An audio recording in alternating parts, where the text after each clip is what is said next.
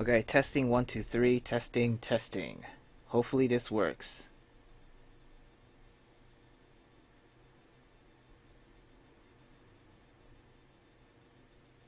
It's not working well.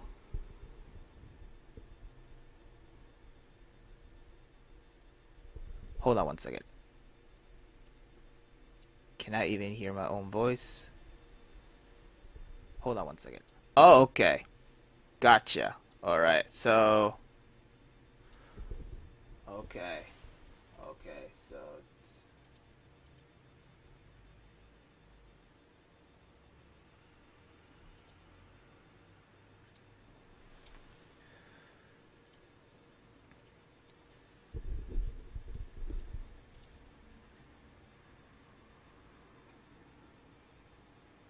Hey Belle, I'm back. So, here's a problem. For some reason, the Unreal broadcast version is not working well, but on my channel, somehow it's working, you know? Oh. So, if you don't mind just rolling with my channel, if that's cool. Okay, I can tell it works. So. Yeah, my bad on that, man. Yeah, so basically it will be on my channel and won't be on Twitch. So, yeah, you know what? Let's get to it, man. Hold on. Let's tweet out saying yeah, we're back. In fact, we have to like tweet out because I don't think anyone knows we have a live stream. Fuck, dude. Fuck. Hold on. Mhm. Yeah, my CPU's fine. All right. We are live now, playing Missing Star, developed by, what was it? Missing stars. Yeah. But the dev is called Subnova. Okay, Subnova Studios.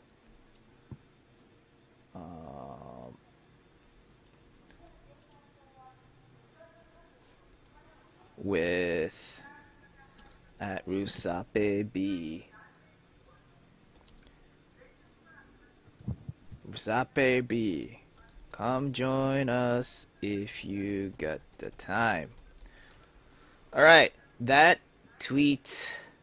Alright, and then also I'm gonna just what you call not slut shame, but what am I trying to say? Yeah, tell the people from the dev that we're live. So hold on 1 second, Bell. Sorry, this is taking too long, man. Hold on. Um,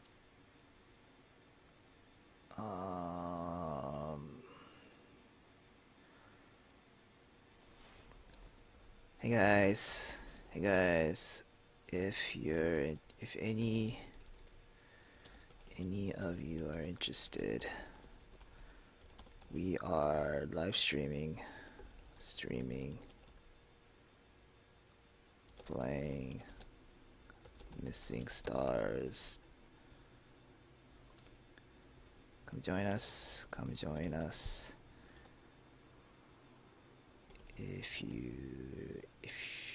If you're interested, whatever. If you're interested, smiley face, boom. I hope it's okay to post this here. Okay, alright. Alright, Belle, you there? Yeah, I'm here. Alright, so let's yeah, let's do this. So yeah, ladies and gentlemen, welcome to the Guerrilla Live Show. I'm Tony Honorific, and yeah, we got a special guest. Hello, everyone. The name is Belle. It's a pleasure being here as always. Thank you for having me, Tony. Brett, thank you for coming, Brett. Thank you. So, today we'll be playing a game called, well, basically we're playing a beta game called Missing Stars. This game is a visual novel about mental disorders and the people they affect. And by the way, sorry for not able to make any date video or announcement video that we're gonna have a Guerrilla live stream. I actually made a video, but it just took forever to render. and I totally failed on calculating the time and such. That's my bad, and I'm very sorry about that. However, right? I will, you know what? Try to do better next time. Again, I'm really sorry. So, yeah. You know what, Belle? Do you know any? You know, hold on, Belle. Would you like to explain what missing star is, my bro? Well, let me get the description first. Oh, Because... hold on. I got you back. I got you back.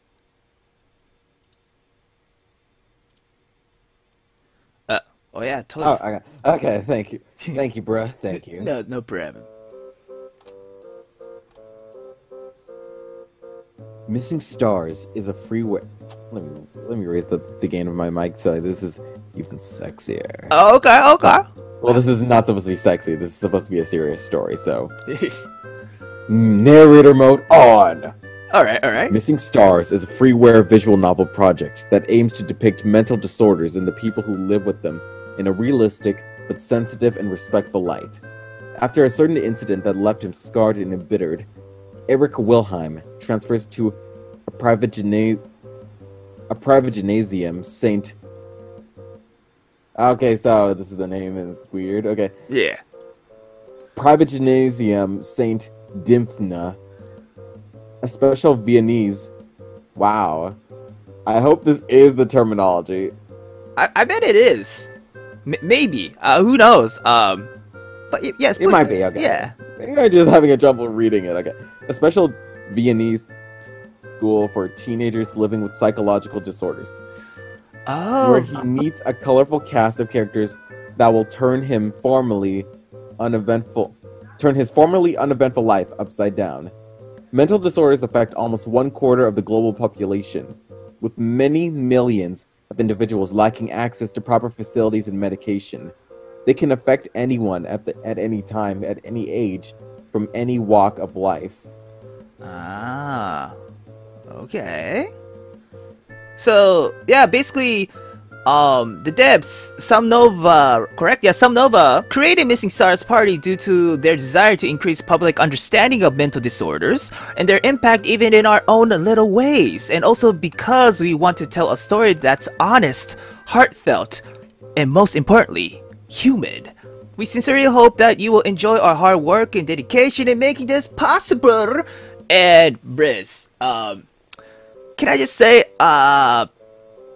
this game reminds me of a really old game back in like 2012 called Katawa Shoujo. Have you heard of that, Belle? Yeah, I think you told me about that before. Yeah, it's basically a visual novel about romance, visual novel about going after I don't want to say crippled people, but disabled people, excuse me, if you know what I'm saying. It sounds weird saying going after disabled people. You know what I'm saying? I'm talking about like more of the protagonist is also, I don't want to say disabled, but has an illness. You know what I'm saying? And basically he had to go to this mental health care schooling like place, and that's where romance happened. And what's great about that game is about like it's not about the outside. You know what I'm saying? It's not about the outside. It's about the inside. The important parts. Exactly. It's the inside. So that's what I love about. And well, I mean, with the main character, I'm reading that apparently he has like a heart muscle deficiency. Oh, it has, yeah. I mean, so technically speaking, on the inside. Well, here's the thing. Katawa Shoujo's protagonist also had that too. So, yeah. No, not the character of Falling Star. Huh? I'm talking about like Katawa Shoujo. Oh, okay, like, okay. Yeah, I'm reading on the Katawa Shoujo's wiki. Oh, I see. Like with that game, it has okay, main character with cardiac issues and like heart problems, and then there are other characters who have prosthetic limbs, like body deficiencies. Some are blind, some suffer from like I think PTSD maybe. I see. Dude, yeah, another question. Oh shit, I totally forgot. I forgot to tweet out the link. The link for the live show is here. I think I can do that too. Oh my god. I'm sorry, man. I'm everywhere right now. God damn it. I failed to attempt to make the video in time too, man. God damn, man. God damn. Where's the, there it is. Alright. Hopefully this link will actually get there. Boom. Boom. Boom. Tweet. Okay. So, also, another thing, the dev said if you could let us know what your experience is with visual novel development and few novels you read. So, anything you want to share about your experience, Bell? I'm a voice actor who has worked on several visual novels before. Exactly. Including like my biggest project so far, The Hayseed Knight. Yeah. Yeah, I'm good friends with the developer. Uh-huh. And so it's like we're kind of like helping each other out on many things. It's like she's basically a huge contributor when it comes to like improving my acting overall. I see. I mean, like, besides that, have you like played visual novels? A certain visual novel? Technically speaking, yes, I have played some visual novels before. Oh, please share, bruh. Please share. I can't exactly list the ones I have played on the top of my head right now, but overall, yeah, I have played visual novels before. I see. Oh yeah, one I am playing, and that I am a part of is a game called Into the Hoop. Oh, Into the Hoop, yes. Yes. This is a basketball-themed Otome game. Yeah. And another one is the Exo Droplets series, which I also star in. Uh-huh. One which also Tony is a part of, too. Uh-huh. So, yeah, for me, right, I played, I don't want to say a lot, but yeah, a lot, I guess. I mean, Katawa Shoujo is one of them. I also play like otome games as well, and also BL games, as in Boys Love. Not too much, but I do play those. I also play Yuri games too. Yuri as in girl on girl action, I'm saying, and way too many, in fact. If you're interested, right, you could check out my like YouTube like link and channel and such. So for me, I love when it comes to visual novel game, I love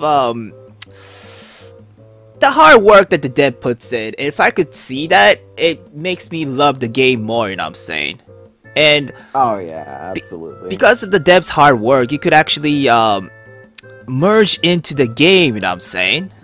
If you know what I'm saying, like actually be in the game. It feels like you in the game because you know the dev is, you know, really working hard in order to bring that game to, or the story to life by telling you or through the visual novel game, you know what I'm saying? Instead of like some other like visual novel developers who try to what's the word? Try to not bait, but more like what was that goddamn word? Clickbait. Yes, thank you. Clickbait out of people by paying so much money for something that is totally not worth that much of the money, you know what I'm saying? Like, you can see that a lot in Japan these days, where, like, you try to buy a visual novel that looks fine, right? You think there would be a great story, great romance, or a great battle or whatever, right? But it end up being as a porn sometime. So basically, like, you're paying $60 for, like, porn, you know? And that just ruins the whole fucking yeah! It ruins it, you know? It ruins everything. Like, you should never have to pay for porn. That's exactly. Fuck it. I'd rather like watch it online for free, for fuck's sake. But hey, that's my opinion, and I believe uniqueness in visual novels is also important too. When I say unique, as in uniqueness from the developers, you know what I'm saying, the creators itself, because that, you know, brings out, how do I say it, like, the fun part of playing visual novel, you know what I'm saying? It's not all the same. There's uniqueness to individual ones, so. Anyway, that's my point of view in visual novel, and you know what? Let's get to the game, shall we? Alright. Alright, so, hold on one second. Let me put the music volume up.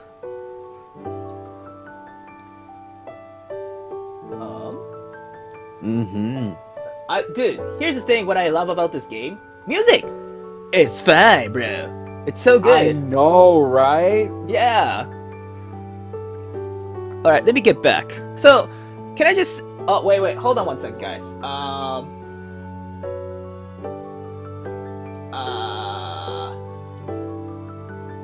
Oh, by the way, did you know this game actually was created back in, not created, it started 2012, I believe. Damn. I don't know. I actually went to I think that's the dev's YouTube channel called Lena Frost, I believe. She actually uploaded a video, video of what's the word? Like the improvements of the game since 2012 till 2016, I think, something like that. Wow. Yeah. So if anyone's interested, please check it out. Now, okay. How should we do this, bruh? Belle, would you like to be the main character, right? The boy. Ooh, yes, please. But is it cool if I do a narrator, not a like inside voice of the main character, if that's cool? Oh, sure thing. All right. So, bruh, are you ready, man? Yeah, I'm ready, bruh. All right. With all the technical difficulty I had, goddamn sorry, but hey, finally we could play. So, all right, let's get to it. New game. I'm so excited, man. Oh my god.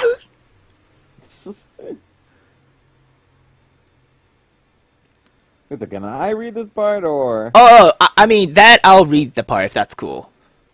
If Okay. yeah, I can only see black. It's here again. That sound. The sounds fills my body, choking me. I can't feel my leg. I clench my fist on my thigh, struggling to feel something there. Nothing. I call out for help, but there's nothing. No one will find me here. There's nobody out there. No one is coming. I'm going to die here. My hands are going numb, gloves soaked through with blood. They slip against the wet fabric of my pants. I throw off my covers, damp with sweat, confusion and panic blurring my vision as I struggle to the top, bleeding, but there's no blood. My breathing is shallow and ragged, and though I've just run 100 miles, adrenaline is still coursing through my system. I try to slide to the edge of the bed, but my leg tangled in the sheets and I topple graciously to the ground. This pressure makes it hard to move and my vision is tunneling as I try and fail to catch my breath. Okay, Eric, try to think back. Remember what the doctor told you. Breathe in, and I inhale. Or at least I try to. And I breathe out. I wheeze out as much as my panicked body allows and try to repeat the process. My body is being crushed by my own mind as I try to breathe. I'm drenched in sweat now. It's draining out of me like water from a wrung sponge. Time has dragged to a crawl, but my heart only seems to be getting faster. It's dual, violent, thumping filling my ears like tiny explosions. Breathe in. Breathe out. Breathe in. Breathe in. Breathe out. Breathe in. Breathe out. Eventually, the pressure lifts and I can finally pick myself up off the ground. I lift my way to the window next to my bed and crack it open. There's a breeze. It's cold, but keeping warm is a low my priority list. As the cool night air pushes in my face, I inhale and gulp it down like it's the freshest thing I ever tasted in years. Yet this air is something I first encountered only a few hours ago. In a charming back alley view that only assists to serve as a reminder of where I am. Vienna, Austria. It's not the most glamorous view of the city, but the fact that I even have my own room keeps me thankful. My older sisters are hosting me, and my parents for the weekends. It's something we all couldn't thank them enough for, even if it isn't the reunion all of us were expecting. I should get back to bed. Maybe the cool air will help. Okay, I'm just gonna say this right now. Huh? The way you read this character's narration was absolutely perfect. Oh my god. Oh! Thank you, bruh. Thank Dude, you. I think you should be the one playing Eric. Okay. You sure, bruh? I mean... Yeah, like it feels wrong if I just tried stealing the show after that. Like how you just delivered, that was perfect. Okay. Alright then, okay. However, my right leg refused to cooperate. Come on, you. I hammer at it a few times in a frustrated attempt to get it to move, but it just hangs limply from my body. It's been like this for over half a year now. Physically, my leg is fine, but it has still refused to agree with that assessment. At best, I feel like my leg isn't there, and at its worst, I can't even get it to move. I have difficulty sleeping at night, my mind racing, reliving the events of that day over and over. I get more anxious over small things. I have more frequent nightmares, and I can't. I bite my tongue to derail my own train of thoughts. I shouldn't be like this. This part of me, it's not what I want to be. Still struggling between the sleeping and walking. Cold air blowing against my face. The tears welling up in my eye, taking a moment to register. I'm not going to cry. I'm not going to cry. I won't cry. I'm not that fragile. I won't let myself... What a vicious cycle. Wanting to cry makes me want to cry. Deep breaths. Deep breaths. What kind of man am I being right now? Who cries in the middle of the night because of nightmares? It's so pathetic. It could have happened to an adult. It happened to soldiers and policemen and firemen all the time. Would you say these people aren't brave? One of the doctors said that to me. Maybe it's true. I don't know. I don't want to research it. But if so, what? They never talk about it. They never show they never show that to you. Oh Lord. Another knock on the door. Steps on the wooden floor outside the room. Please don't, Mom. Eric, sweetie? Well, I've gone and done it now. Mom's voice is gentle and concerned. My muscle tense up involuntarily. Eric, is everything alright? My throat tightens. Yeah, it's nothing. Are you sure? I heard banging from down the hall. I'm okay. Just had a bad dream. I'm so awful. Mom quietly opened the door and makes her way to the end of my bed. It's hard to see her with only dim moonlight, but I can practically feel the concern radiating off her.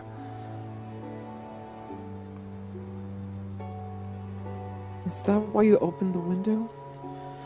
I just needed some fresh air. The room felt a little... My mind blanks. I actually don't know where to take the train of thoughts without admitting to my episode. There's never a reason for these episodes. No easy explanation that I can give her. It's just hard to fall back asleep. Come here. It's going to be fine. Eric, you're covered in sweat. Are you feeling ill? No. It was just a dream. Is your leg giving you much trouble? Could you get up okay? Mom, I'm fine. My leg's fine. I just have a lot on my mind. That's all. I try my best to dispel any of the concern my mom has. Traveling all the way to Vienna is already giving her enough to deal without me adding unpredictable panic attacks to the list. Is it about the school? I pause. That. A colleague of my father suggested that I attended a specialty school for treatment. Apparently they had a relative that graduated from there with huge high honor. Saint Dymphna Private... I think private gymnasium. Private gymnasium. Excuse me. Okay. Saint. Oh, we're so sorry that we just ruined this beautiful moment. I'm sorry, man. Oh my god. To be fair, okay, let's just take a time to appreciate how gorgeous this scene is. I know. Oh my god. Wow, dude. It looks so good. Oh my god, it looks so freaking good. Like, we're only at the start of the game, and it looks this amazing. Like, this looks like it could have been animated. I know, right? Oh, dude, I love the transition from, like, his inner deep thoughts to how the mother comes in, right? And he's still, yeah. Oh my god! And the room is dim, so you can't see the mom until she's sitting next to you. And oh my god, man! Oh my god! And man, she looks really beautiful. I know. Oh my god! All right. My bad. Back to the game. Right. But anyways, just us giving our 2 cents here. Already starting off strong. This is a really gorgeous game. Yes. So, yeah. All right. Saint Dymphna Private Gymnasium.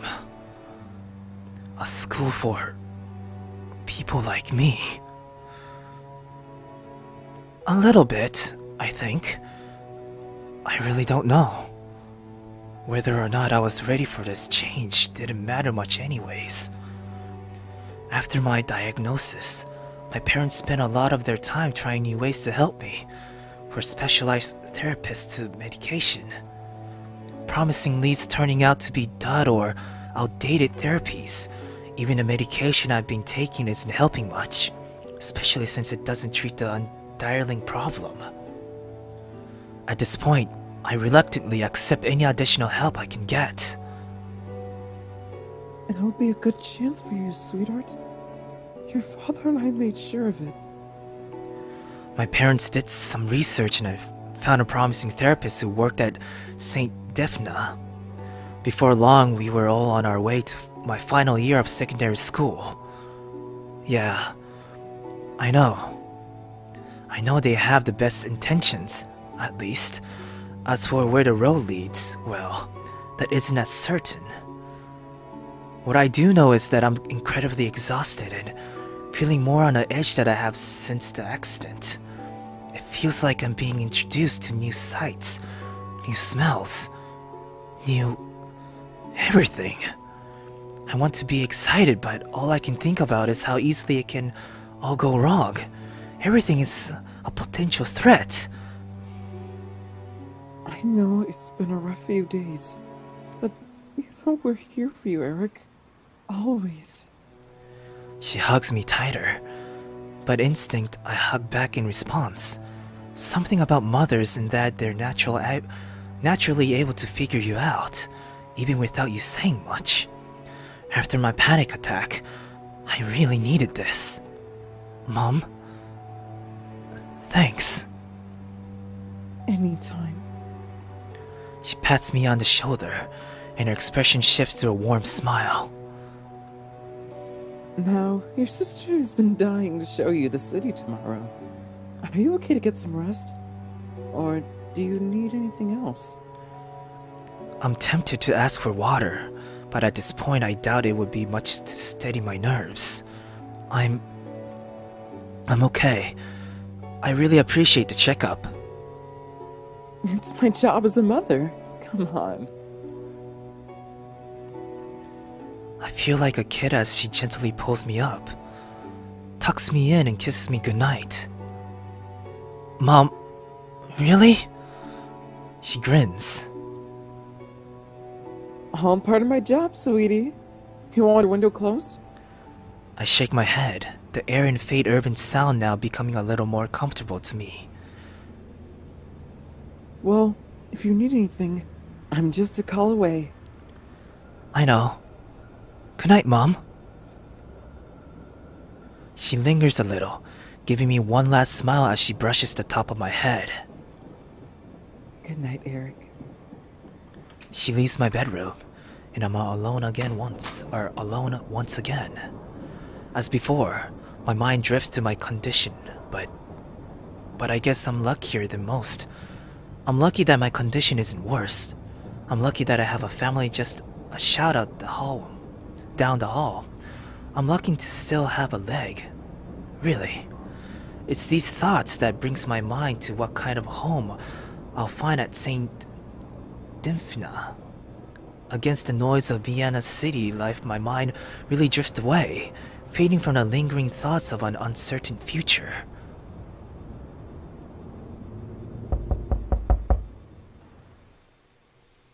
Eric, are you up yet? I crack open my eyes. Daylight streams through the open window. Before I can even respond, I hear a door open, footsteps rushing in to greet me. Hi there. A girl is inches away from my face, cheerfully greeting me. It's a face I know all too well. Morning, Beatrice. A tired mumble escapes me as I greeted who most people assume to be my younger sister. Oh! Beatrice, however, is my senior by a few years, exuding youth that belies her true age. She's like a little kid, shaking with energy as she tries to pull me out of bed. I'm not ready for this, man. God. Still drained from the last night I worked to pull the covers up as far as my nose. Mind if I sleep some more? Beatrice pouts, a classic expression of hers. But we have breakfast. As if on cue, my stomach begins to complain loudly to me. Goddamn! Maybe I can reconsider. What's on the menu? She winks at me. You don't have to get off your butt out. You have to get your butt out of bed and find out. She whips the covers off my bed in one last ditch effort for me to finally get up. Instinctively, I pull the covers back. Beatrice just pulls them off playfully again. It's really not as funny as she seems to think it is. Okay? Okay, you win. At least let me wash out first, okay? Success! She cheers and proceeds to jump off my bed, dash out of my room, and runs down the hallway, announcing my eventual arrival. With my covers at the end of the bed, I guess it was the right choice to wear my pajamas instead of going for a more, commando-free option. This guy gets it. Eric gets it. Thankfully, my morning prep isn't too extensive. With just a rinsing of my face and a quick combing of my hair, I'm all set for some breakfast. Belle, hold on 1 second. Is it cool we change it to Skype? Mm-hmm. Alright, alright, hold on. Let me call you on Skype. I'll be right back.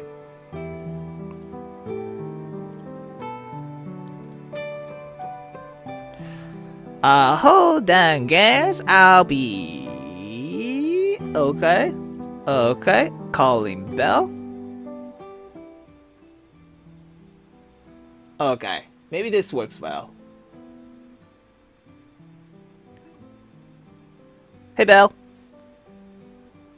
Hello. Alright, maybe this one's... Yeah, better. Sorry, the reason is sometimes Discord cracks the voice, you know what I'm saying? So, my bad. Yeah, okay, I see what you mean. Alright, so... Boom. Alright, let's get back. Thankfully, my morning prep isn't too extensive. With just a rinse of my face and a quickly combing of my hair, I'm all set for some breakfast. I enter the main area of the flat, where the rest of my family is squashed into the somewhat small dining space. Morning, everyone. Mom immediately comes to my side, patting my shoulders. Damn, she looking right. Eric, good morning. How are you feeling? Good. Kind of hungry now that I see what you and Beatrice have been up to. There's a delicious looking spread of eggs, toast, bacon, and fresh pastries almost overflowing for a small table everyone is seated at. Oh my god, I'm hungry now. Bruh. I know, right? Goddamn. My mouth starts to water. I realize that I haven't really eaten since I left home. In fact, I haven't eaten since what? Yesterday? Shit. Anyway. Well, I'm glad that that baby brother is still easily swayed by some home cooking. Who isn't? My older sister, Brun. I thought that was a dude for a second. Me too, but hey, is it Brun, Hild? Right? Brunhide. Hyde? Brunhild. Hild, right? Brunhide. Alright. Whichever one sounds right. Alright. My other older sister, Brunhild, rises from the kitchen table to greet me. Beatrice, exact opposite. Brunhild, though we all just call her Hilda, was always a bit more stern with me and my sister while we were growing up. You know, cool, collective, and responsible. That's her personality in a nutshell. How can I be a baby if I'm the tallest one here, huh? Huh? There's no indication of maturity. She's got you there. It's so easy to tease her, though. It's the only thing you'll never hold over me. I take pride in that. Her eyes... Her eyes narrow, straightening herself and taking a commanding stance. Stepping close, she reaches her hand up purposely over my head and proceeds to tussle my hair. Excuse me.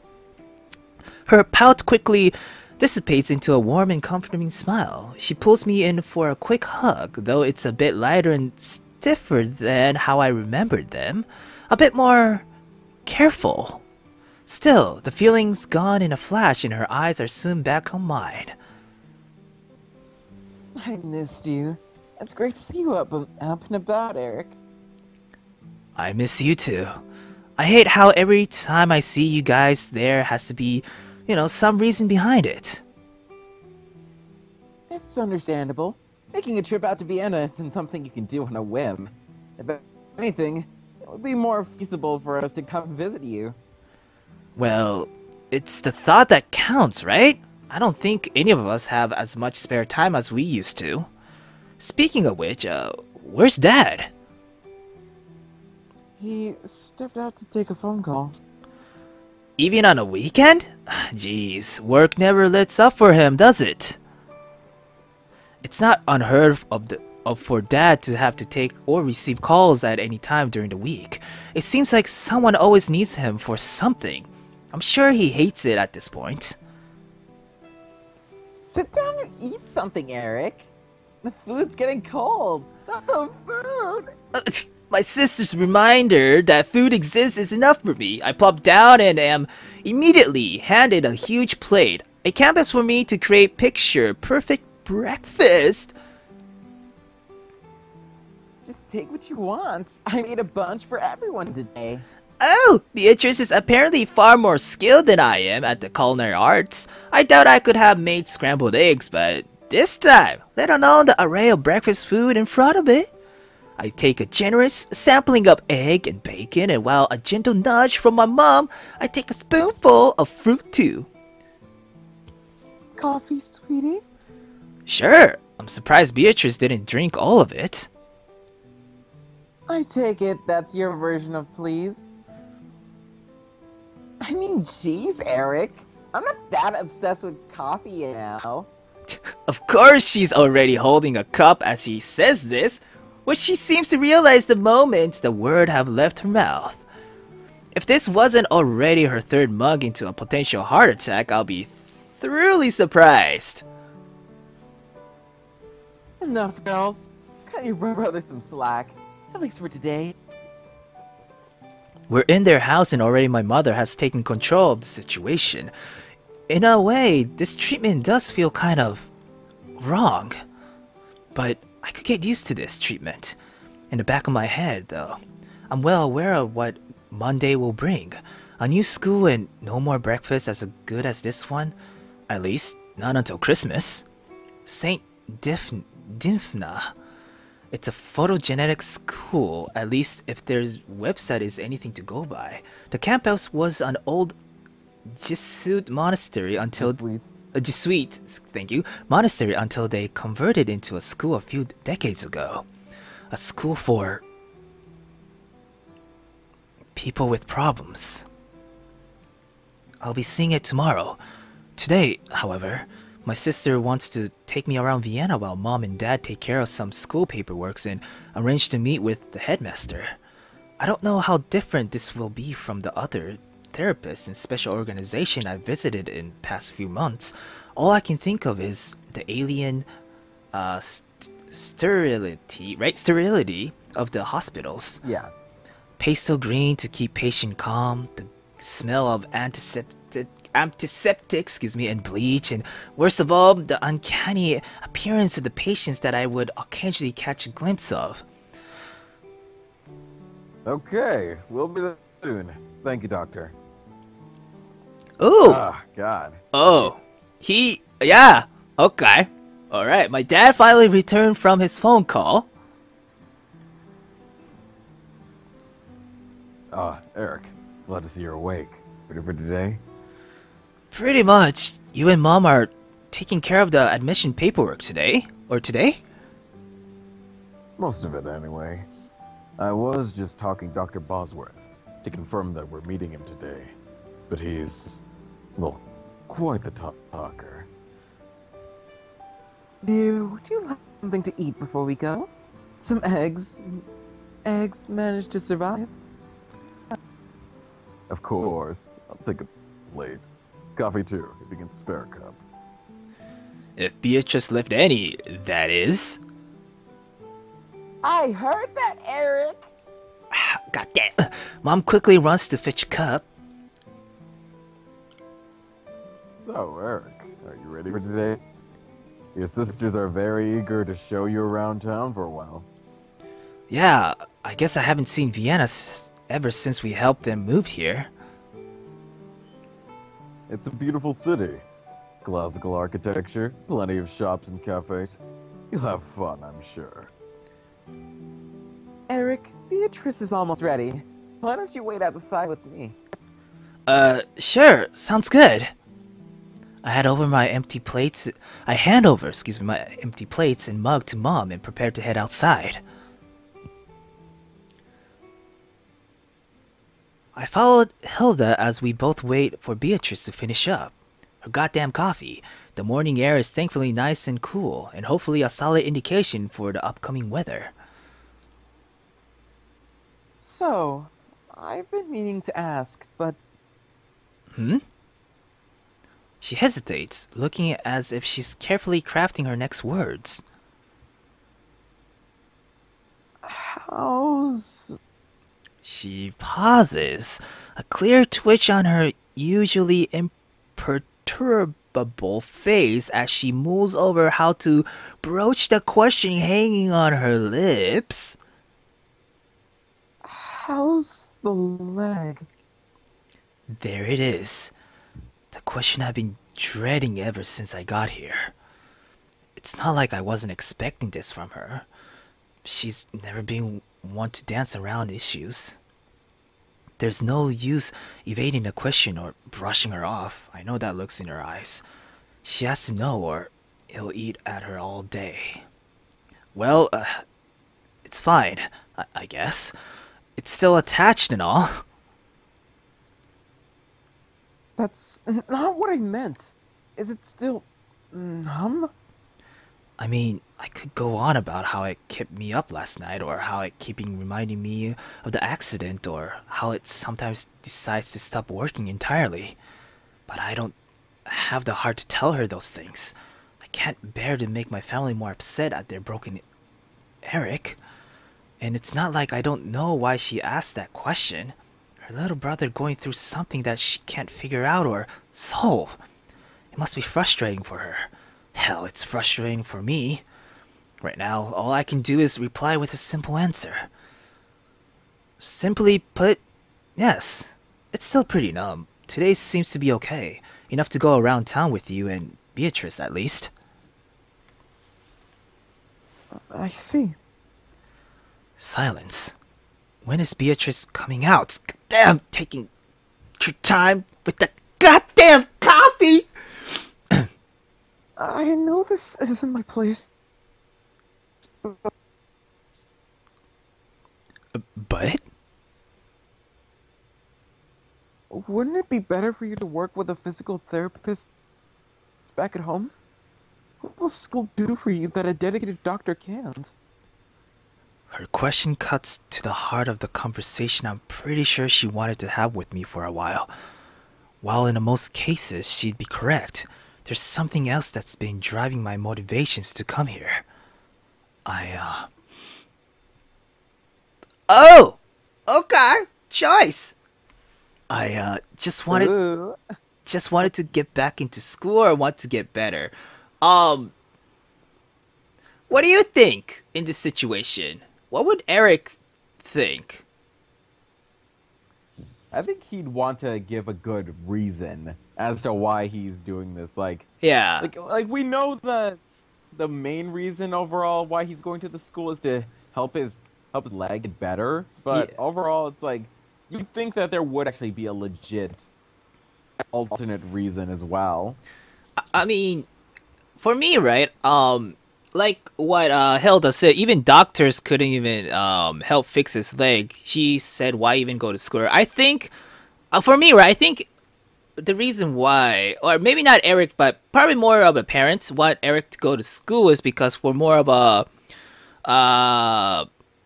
to not cause social anxiety. You know what I'm saying? And depression. Right. Yeah, so I think school will help him that way to ease his legs, maybe, because we don't know the exact reason why it's numb yet. You know what I'm saying? So Yeah, for all you know, it's like this could be a side effect of like a sort of anxiety. yeah, so which one would you choose? I was thinking like just wanted to go back to school. Just want to go back to school. All right, let's go then. Just wanted to go back All right. into school. I just wanted to go back into school. Mom and dad approved. They think the environment here is a good thing. Really? Plus, I still want to go to university, so I have to keep up my studies and do something with my time.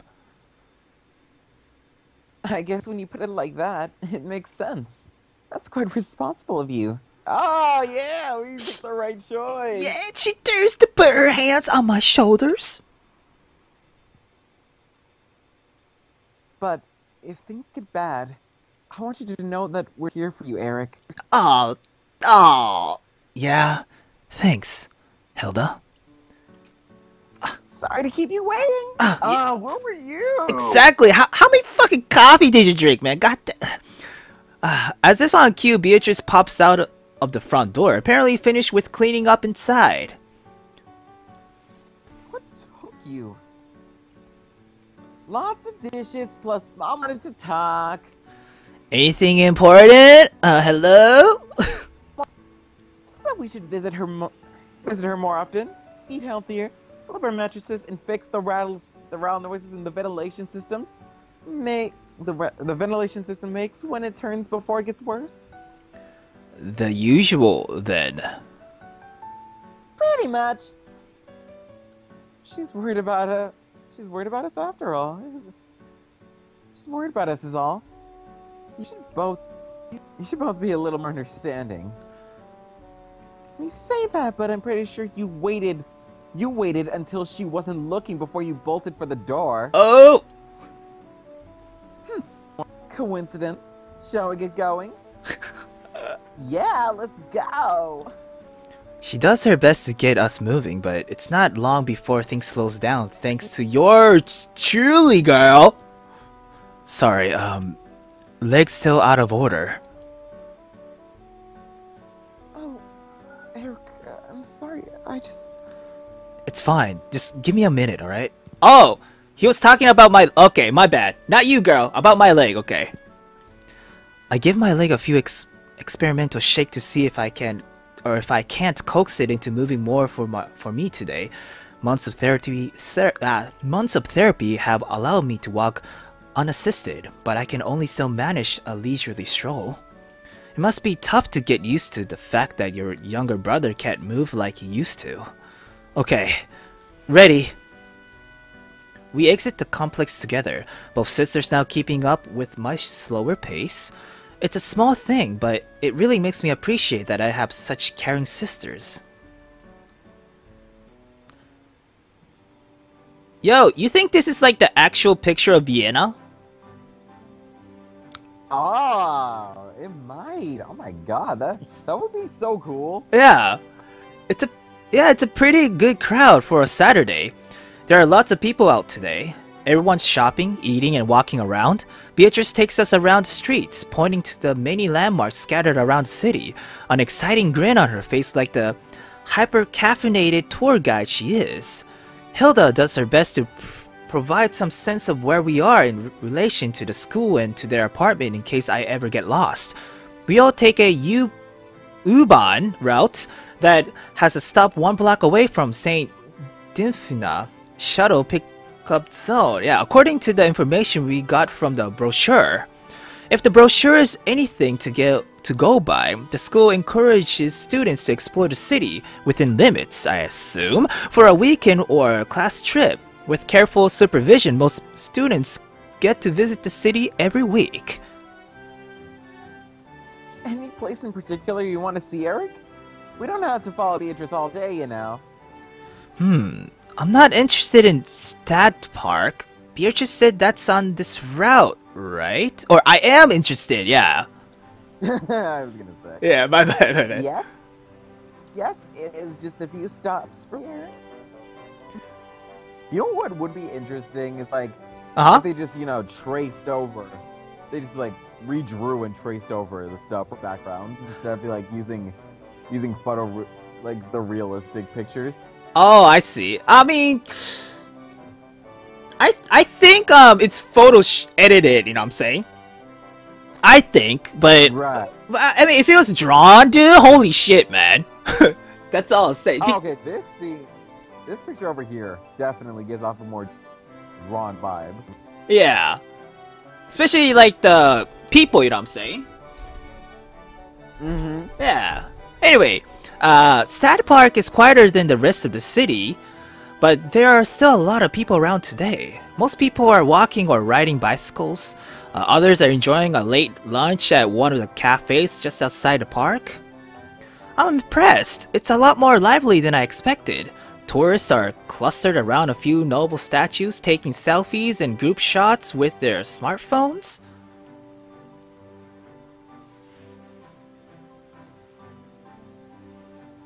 Eric, this cafe is fantastic. Let's go inside. Alright. The cafe is busy during the lunch hour, with a long line working its way from the entrance to the counter. This place has a lot of great snacks and drinks. They cater to the people who come to the park to take walks and exercise here. So the fare is pretty light, then. Beatrice nods. We both work near here, so we usually meet up for lunch and a quick walk. It's become one of our favorite hangouts. I take a look at what's available. Lots of pre-packaged sandwiches, salads, and beverage occupy the shelves. Are these any good? Of course! They make them fresh every day. Here, try this one. I don't see how pre-packaged chicken can live up to her endorsement, but I accept the sandwich offered. Free sandwiches have their own scale of quality, you know what I'm saying? Like, damn, it's free, it's chicken. Yeah. Like, everyone loves chicken. This is one of my personal favorites. Anything else? I'll buy for you today. Oh, really? I dutifully pick out a canned drink and follow Hilda to the cashier. Thanks for lunch. No problem. It's my sisterly duty to treat my little brother on special occasions like this. You too. Hilda? Feel free to treat yourself. Feel free to treat your little sister as well. What's your special occasion? Oh! Okay. Breakfast. And you still owe me from the one time you got drunk and called. Oh! What? A sharp jab into Beatrice's side stop her short? Ahem. Chicken or ham, Beatrice? Beatrice grins in delight, eager to get her free sandwich. What about that time when you were drunk? Yeah, exactly. What happened, girl? What? I know, right? I guess that's one of the many things we'll never know. Oh, or maybe we will know in the future. Okay. And don't worry, I'll pay for my own drink. It sounds like they still have the same complex dynamic that still eludes me, with Beatrice being able to cook so well as help out in other places. It seems that she has a lot of influence. As we sit down, the two sisters talks about what they've been up to in a month since I last saw them at home. Beatrice, as usual, dominates the conversation, going on about term papers and unfair professors and how Hilda still couldn't get a boyfriend after all these years, at which point the latter elbow jabbed her once more into silence. On the surface, they're pretty much the same girls I knew, but years of independence have certainly molded them into something more mature, I guess? Hearing them talk and feeling how much they support me after the accident, they now give off a more reliable kind of aura that feels like they've got things all sorted out. Then you have me crying in the middle of the night and needing to be tucked back into bed by mommy so the bad dream don't come back. It feels a bit pathetic. My sister even went through the effort of going on this little tour to cheer me up. I feel thankful that they're such supportive people, though I just wish I weren't such a burden to them. I remember my time in secondary school, back in Basel. So much drama. So much comforting Hilda after a boy reject.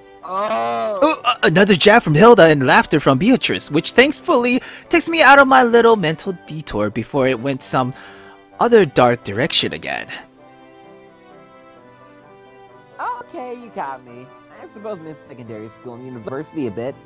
You two should try and enjoy your time in school. Especially you, Eric. Since my previous year of school was interrupted, I could be said that I have a lot of youthful escapade that I need to catch up on. No, I'm sorry.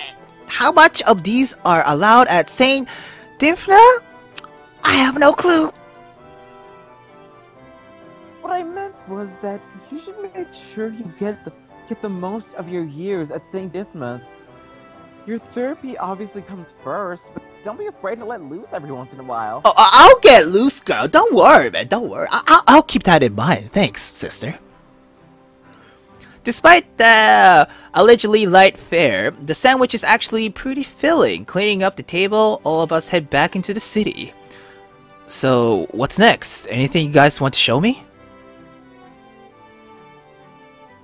Oh! Well, I guess we can show you some nice date spots around. Right, Hilda? Date spots? Date spots? Of course. There's a lot of great restaurants and parks here if you're going to take someone to date. Believe me, we tried them all out. In fact, we even arranged a little list of recommendations for you. She produces a small piece of blue stationery from her pocket, oh god, and shove it in my hand. Sure enough, it's riddled with a long list of nigh unpronounceable restaurants' name and their addresses, complete with a 10-point skill rating for each of it. Damn, girl! That's... Beatrice crosses her arms and pouts to silence any forthcoming objection. Eric, you're 18 now, and that means you're a man in the Wilhelm household. If one of our siblings doesn't know the lay of the land, he's doomed to romantic failure. It's our duty as sisters to help you out. Did you bug Gustav like this too before he moved out? That explains why he'd rather be out in the mountains. I meant it as a joke, but it looks like it fell flat and then some. Well, others. I'm sorry. I was just kidding. I'm sorry. That's not it, Eric. It's just. I feel my face burning red from embarrassment. I just made an entire afternoon incredibly awkward. Great job, me. Goddamn. Do you miss him, Eric? That's hard to say. I mean, what happened between us was a bit, yeah. Well, we do too. He's been distant from most of us. I guess it's good to know that I'm not all alone in this, but it still hurts. Anyway, yeah, I guess I've got to thank you guys for today, for all this. This is really nice. My voice flatters a bit as a small lump coalesces. Is that it? As a small, So. yeah, as a small lump coalesces within my throat. I try to mask it with a little chuckle as soon as the word leaves my lip, but the slight furrowing of my sister's brows tells me that, or they easily cut the hesitation in my tone. Before I could say, girl, hold on, before I could say anything else, they gave me two big comforting smiles. Okay. Walking up to me and wrap their arms tightly around my shoulder in a group hug. Oh, okay. Hey, what the hell? Any other time I would have objected to this kind of gesture, especially since we're in public, but I don't put up much resistance. It feels nice. Their warmth and gentle, familiar reassurance in the midst of this deluge of strange new sensation and confusing stew of thoughts and emotions. As they release me, I feel as if something heavily in my chest is melting gradually into nothingness. Anything for you, baby bro. We're family. We'll always stick together. Yep, that's our duty. Also, you look a lot uglier when you're sad, you know? I mean, more so than usual, that is. Oh, thank you! Hey, that's just uncalled for, eh?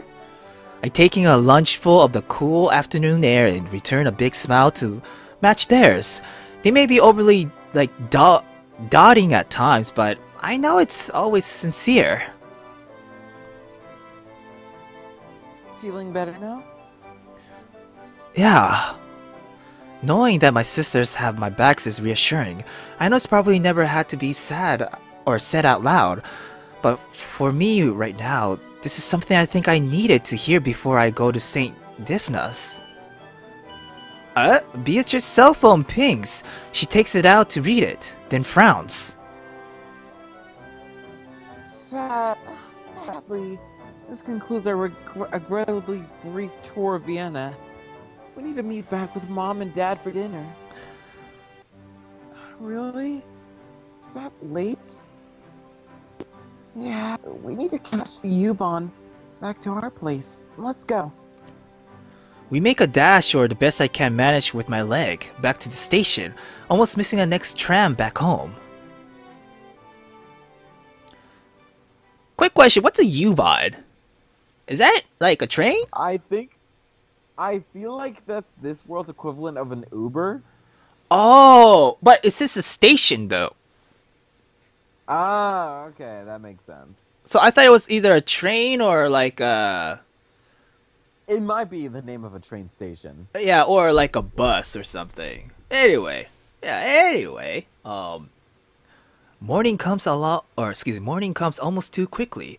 I thought days like this were supposed to take forever to get to, like Christmas morning or the day after the hard test. I zone out through breakfast, the entire car ride, and up to our arrival at the main gate. Oh my god. The gate in question isn't particularly imposing, or really even all that scary. I'm not even that nervous as I cross the gate and into the main campus, populated with a few students wandering the walkway to and from the various buildings. but I still have this feeling, the one that sticks in the back of your head, asking things like, did I forget to lock the door, or do I look weird walking around here, or did I put my zipper up, or I try my best to shake it off, but it's no good. Eric, how are you feeling? You haven't said a thing since we got here. Alright, just, you know, Nervous? a little. Mom nods in understanding and pats me on the shoulder. Just tell me if you don't feel good, and we'll go somewhere where you can take a break. Sure, yeah. The main building we're approaching is the largest on the campus. It's 3 stories tall and definitely very old. A mass of ivy coats the entrance, adding a natural green patina to the stonework. Isn't this building pretty, Eric? This is where you'll be going to class.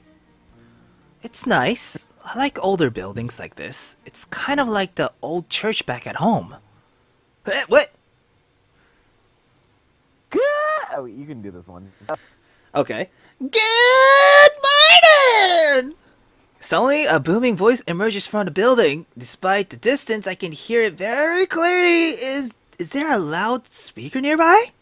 A large man comes out from the... Oh, it's a man. A large man comes out from the behind the archway of the entrance. He's waving at us to come inside. Ah, that'll be Dr. Bosworth. Is he always so... I tilt my head, disbelieving towards the man. Yes. Hello again, Mr. and Mrs. Wilhelm, excuse me. So good to see you again. Wilhelm, yes, so good to see you again. Yes, yes.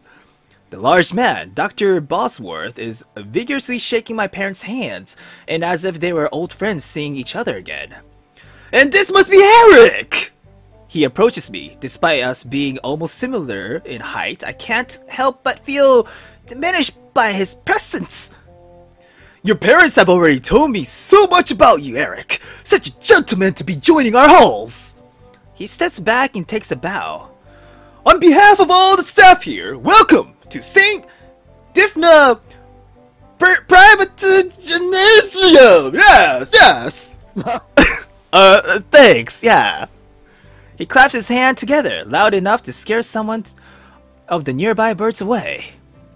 Well, then, we have a lot of grounds covered today. There's some paperwork inside for you and your parents to sign. The tour? The ritual? The ritual? Kidding! Kidding!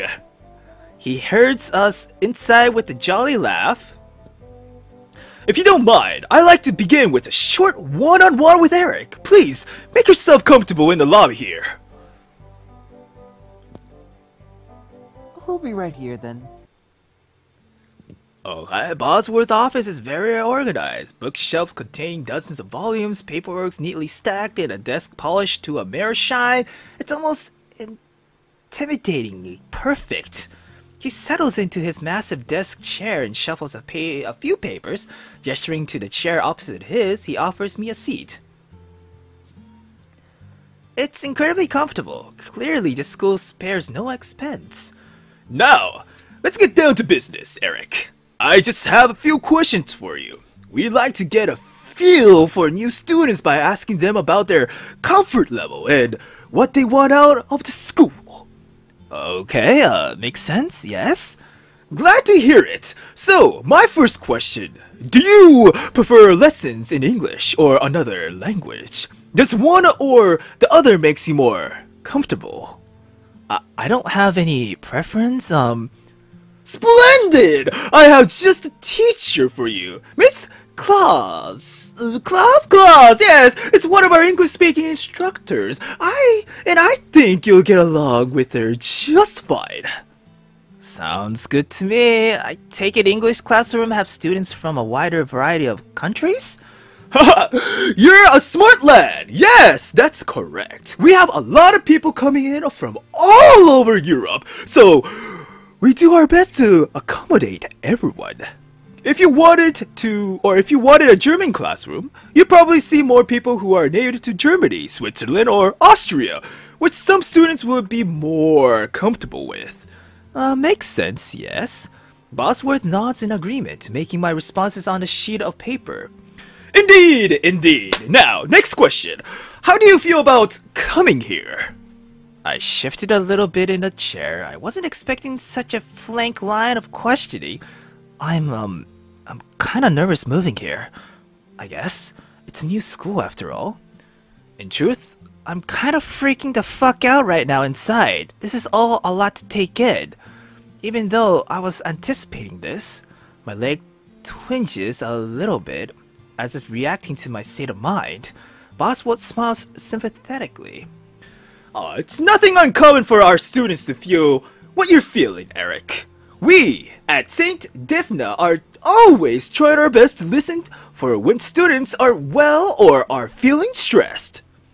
His words are well practiced and clearly part of a much longer speech, something of which he must have had years, maybe decades of practicing his delivery.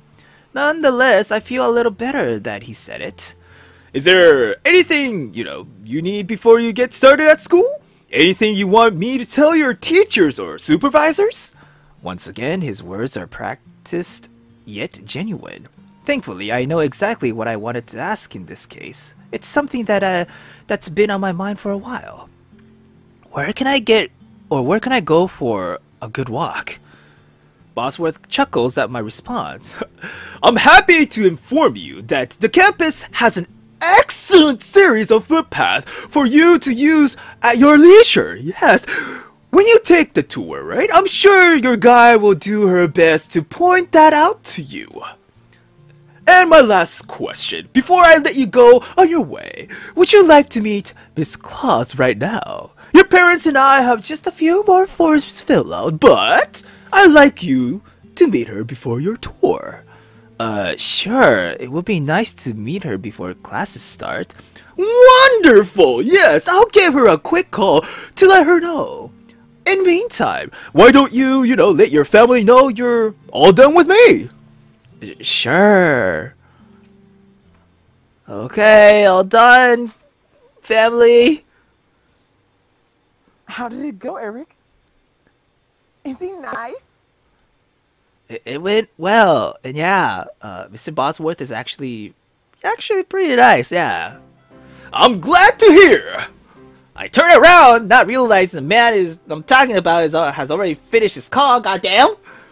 I just Miss Claus. She is in her classroom at the end of this hallway, Eric. She'll be expecting you in a minute now. I need to steal you two away, Mr. and Mrs. Wilhelm, excuse me. Just a few bits and pieces of last-minute paperwork, and he guided them into the office, and I'm left with Beatrice and Hilda. Well, want to check out the campus with me, sis? My sisters nod in agreement. I lead the way down to Miss Claus's classroom and knock gingerly on the door a few times. You want to be Claus? Come in. Okay. Come in. Ooh, damn. Oh, okay. A young woman, probably a few years older than Hilda, greets us. You must be Eric. Welcome. Her voice is prime, proper, and polite. Very teacher-esque, I'm sad. Thanks. I was told you'll be my teacher. That is correct. I teach English primarily, but I also hold some mathematics courses here on campus. Oh, and you two are... I'm Eric's older sister, Beatrice Wilhelm. And I'm his other older sister, Brunhild Wilhelm. Call me a Hilda. They both shake hands with Miss Claus, who smiles warmly. It's nice to see family members so interested in the school. Where are you coming from? We actually live in Vienna, but Eric here is from Baselstadt. Oh, have you shown him the city? We offer trips into the city on most weekends. We have. Eric seems to like it a lot. It's a nice city. I like to explore it more sometimes.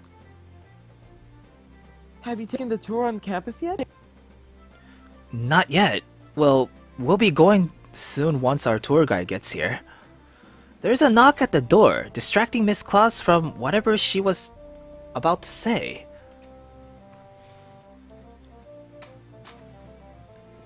Come in. Oh, you Ella. Yeah. Oh! Oh! Excuse me.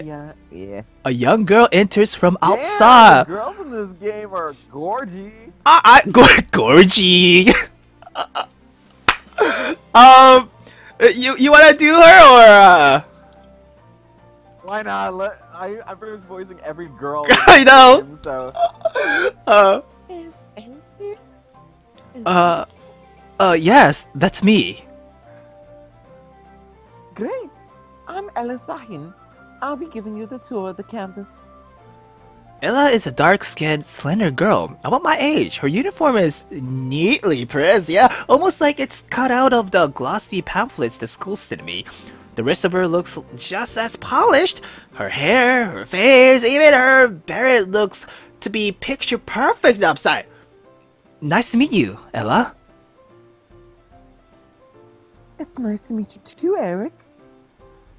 Now let's get started, shall we? Right this way, please. The tour is nothing out of the ordinary, even if the school is. This is the hall. This is the hallway houses most.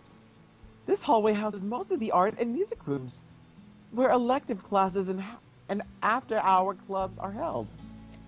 The buildings themselves are beautiful, but I can't help but notice the additions.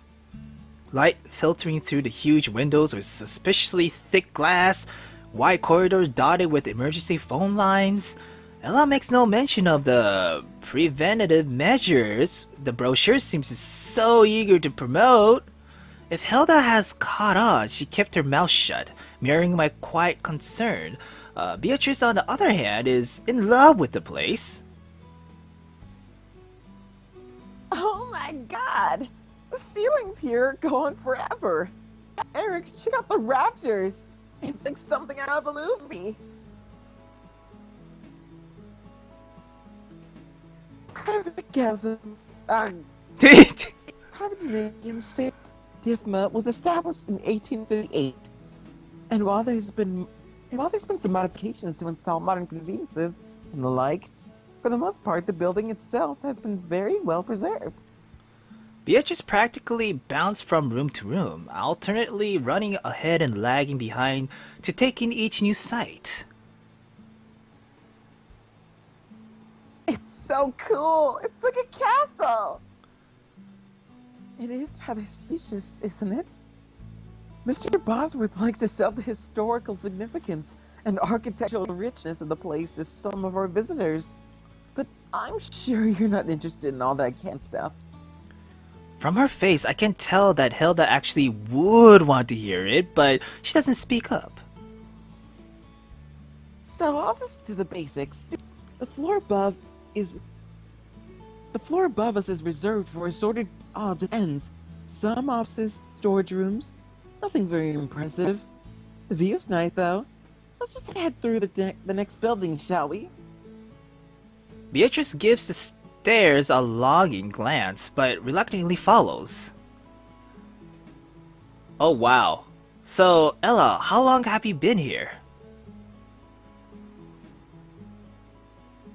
3 years. Transfer students are very common, but St. D's has been my only secondary school. But why are you here? You know? I shoved the thoughts out of my mind, but there's nothing there to take its place. My mouth makes a half-hearted attempt to cover for it. It looks nice. Yeah. It is. Hilda shoots me a worried glance, but Ella speaks up before the silence has a chance to entrench itself, gesturing past the hallway windows. The lake is a popular spot to relax. Although there's no fishing or swimming allowed, there is a pool. There is a pool though, which is obviously cleaner than the lakes in any case. True, true. Alright. As we descended the stairs and emerged from the building into the blinding sunlight, Ella points towards the small structure to the right. The chapel is always open. Oh, not always staffed. Services are held every day if you're interested. She switches to her left. And the dorms are across the way. We'll head there in a moment, but for now... Ella leads us straight forward, pushing open larger than the average double door in the main building, central to the campus. Beatrice grasps audibly. We call this the atrium, which is fitting since it's sort of the heart... Oh, atrium, right. Yeah. Which is fitting since it's sort of the heart of the building. Most of the classrooms can be accessed from here, as well as the library. It can be a little noisy, but if that doesn't bother you, it's a very common place to study or relax. Lots of place to relax. I see. Wouldn't want us getting anxious after all. As I impress as I though to be out to be, once again, doubt colors my thoughts. Ella takes my silence for her all and gives me a knowing smile that feels entirely out of place, given my circumstances. Yeah, it has that effect on people, doesn't it? Well, the classrooms aren't nearly as impressive. They're pretty standard, actually. So let's skip those, right, girl? Right? After giving us another moment to appreciate the decor, Ella turns to hold the door for us, and I obediently follow my sisters back outside. Ella regained the lead and begins to direct us to the dorms.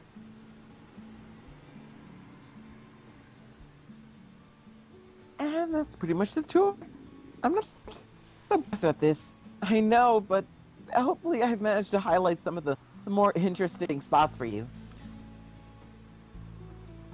After a moment, I feel an elbow in my ribs. And I glance up to find Beatrice attached to it. An impatient glare on her face. Behind her, Ella's adopted a slightly worried expression. Yeah, it's fine. Yeah, it looks good.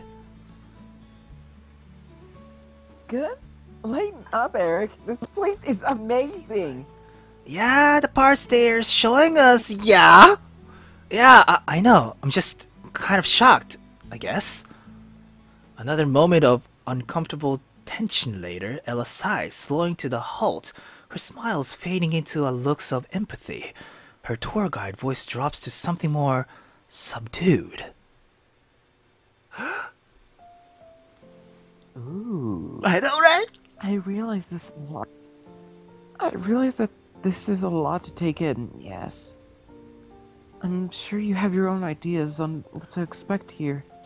And I'm not going to say that's unreasonable. What I will say is that this school is probably the best chance you have addressing these issues, rather than ignoring them. Ella leans against the trunk of the nearby tree, hands clasped behind her back.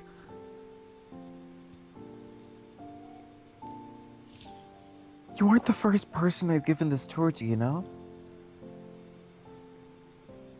Students from all over the world have gone through exactly the same problem.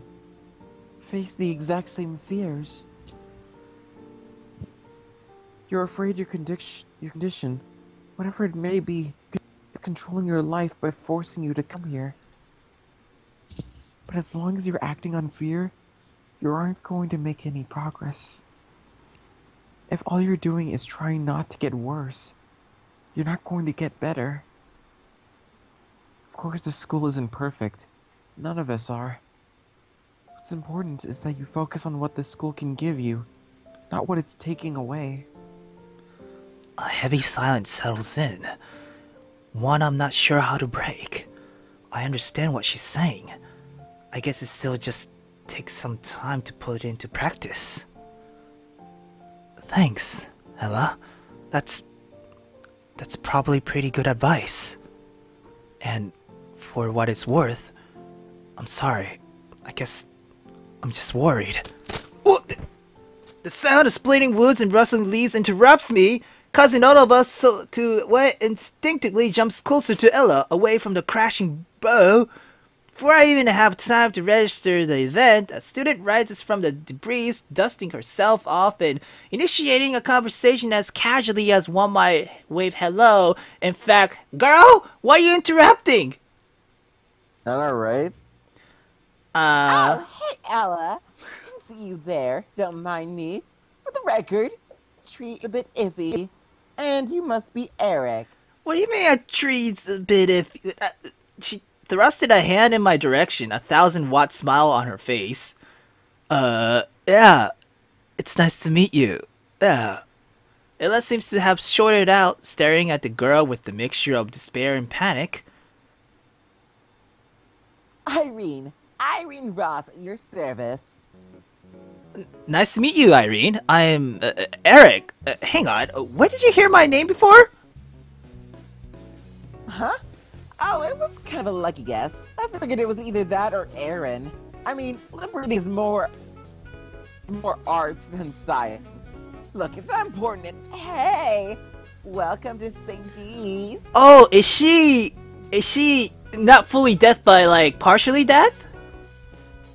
Oh, that makes sense. Oh, that's cool. Irene throws her arms in a wide gesture. The expanse of the campus behind her. A thin line of blood sweeps from a fresh cut of her cheekbone. What? Ella's face has completely drained out of color. Hilda's jaw hangs slightly agape. At some point, Beatrice has taken the opportunity to take cover behind Hilda in case... Slightly agape. Excuse me, yeah. At some point, Beatrice has taken the opportunity to take cover behind Hilda in case Irene were to spontaneously combust, which doesn't seem terribly far-fetched, excuse me. None of them seems eager to join this conversation. Thanks? Yeah?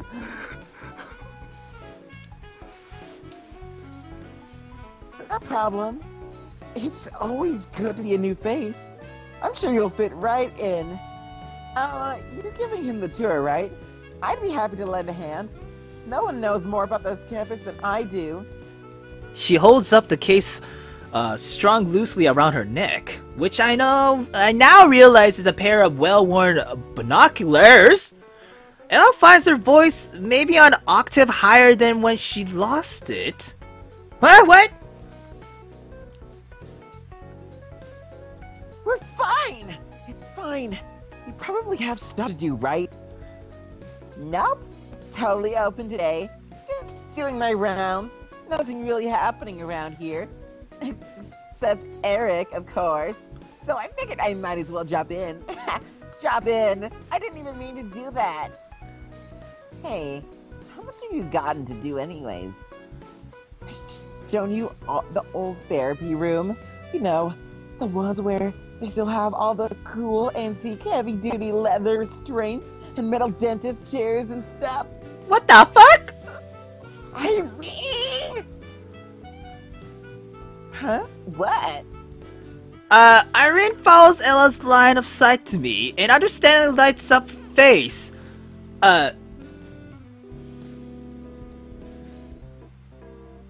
Oh, hey, listen, you don't use that stuff unless shit's, like, really hitting the fan, so... What? What were you doing in the tree? Hilda is the first to recover some semblance, of control over the situation. Oh, you know, basic recon, information gathering, stuff like that. It's like people watching, only with a laser mic. With the what? Beatrice breaks from her cover, a look of excitement on her face. You have a laser microphone? Why you have a... Irene here likes to eavesdrop on people, but she usually has the best intentions. I'm not sure if she's trying to convince us of or herself, but either way, it doesn't do fucking much, girl. Oh, come on. It's not like Eric's name is a big secret. She turns to me, suddenly intense. Is your name a big secret, though? Because that would be awesome. No, just Eric. Irene's face falls a little, and she looks over her binoculars for a moment before struggling a little. Damn, that's a shame. I mean, not your name, that's fine. Secret names are just cool. Not that I have one. That you know about. Nobody, or excuse me. Nobody has one. Well, of course you think that. They're secrets. I don't think this place is going to be good for my mental health, y'all. Anyways, it's nice to meet you guys. I guess you need some time to, like, adjust, but seriously, everyone here is really cool. And I know. Don't worry about it, Kate. Sure? It's nice to meet you too. These are my sisters, excuse me, Hilda and Beatrice. I apologize for my earlier... Please tell me you actually have a laser mic? Of course. Want to check it out? Oh my god, please! Beatrice glanced back at us with an expression of childlike joy. This is the best school ever! With Irene at the helm, the tour recommends, Ella seemingly resigned to her inclusion, although calling it a tour at this point isn't exactly accurate. So that building is probably the oldest, at least judging from the brickwork. There's this one patch where the bricks are newer, but I can't for the life of me figure out why. Maybe they renovated? Nah, too small a section. I was thinking damage, but there's nothing on the record about accidents. I tried getting a look behind it, but it turned out that kind of thing is frowned on here. You were chiseling out a section of a building? You were chiseling out a section of a building? Yeah, for science.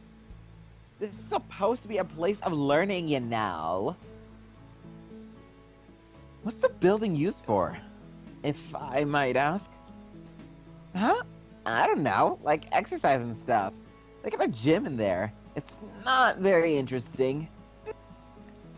But brickwork is... No, what's behind the brickwork might be. Like the Ark of the Covenant? Or Nazi gold? Our unfortunate guide wrestles with herself before letting the comment go uncontested, but her expression is pretty informative nonetheless. Irene doesn't seem to notice though. As we explore the more mundane aspect of the campus, ironically, I find myself relaxing more. Although Ella seems concerned I might think badly of them, the truth is that my imagination had far worse ideas, girls. Really, it's those small touches of personalization and perfection that makes me feel normal.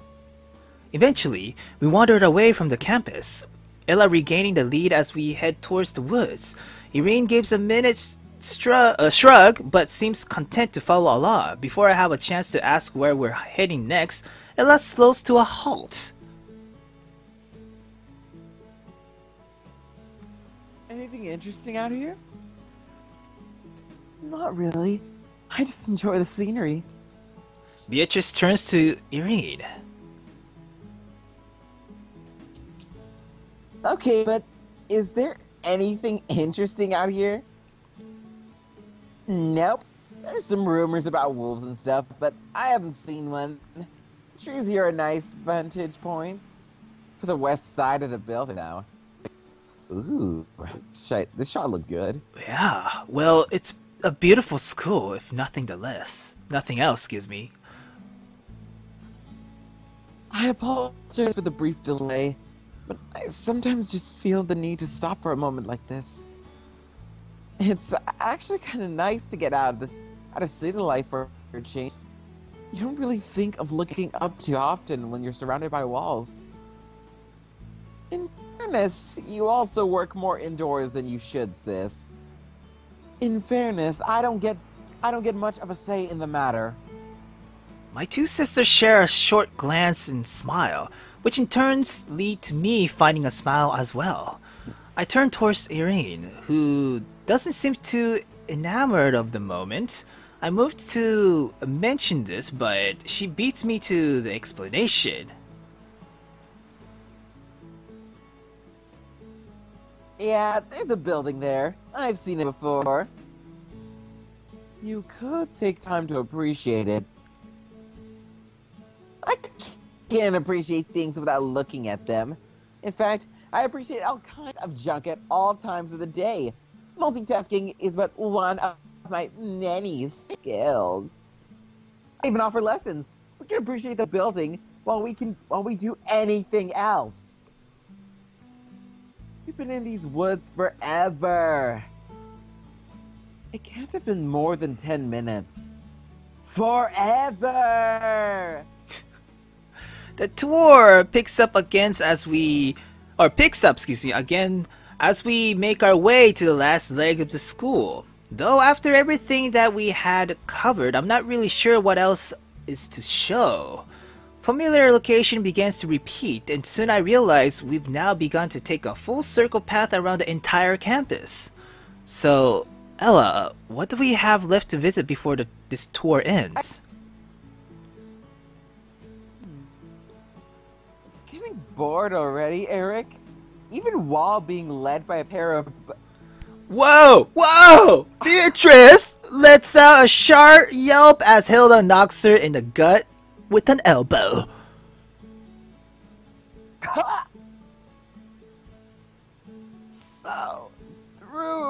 So through the tour? I didn't mean to sound as impatient as I did. And in fact, I was already quite grateful for what Ella was doing. Even if she was just following orders, she still did a wonderful job helping us. No, I mean, well, it just seems like a big school and all. It's just hard to wrap my head around every time, or everything. Ella lets out a calm smile, looking as if she was prepared to share some very good news with me. Well, your luck. I've just about one more location to show you guys. In my opinion, it's probably one of the more important locations you'll be familiarizing yourself with. Saving the best for last? It's the medical facilities, actually. Almost immediately, the comment feels like a punch in the gut. Ella continues, seemingly oblivious. Each student has general counseling check-ins, though it's pretty low-key depending on how often sessions need to be scheduled. How often? I feel my throat began to close up on me. The thought pounds against my head like a migraine. How often would that be? Once a week is generally common, but it usually depends on the situation that you and the doctor you'll be meeting with mutually decide on. Is it normal for these sessions to be scheduled often? Pretty much. I mean, once a week is the minimum after all. I tend to get called in pretty often, actually. It's kind of the principal's office, only with therapists. You could serve to take them a little more seriously. Yeah, I get that enough from them, thank you. My heartbeat is picking up and I struggle to focus on my breathing before it becomes noticeable.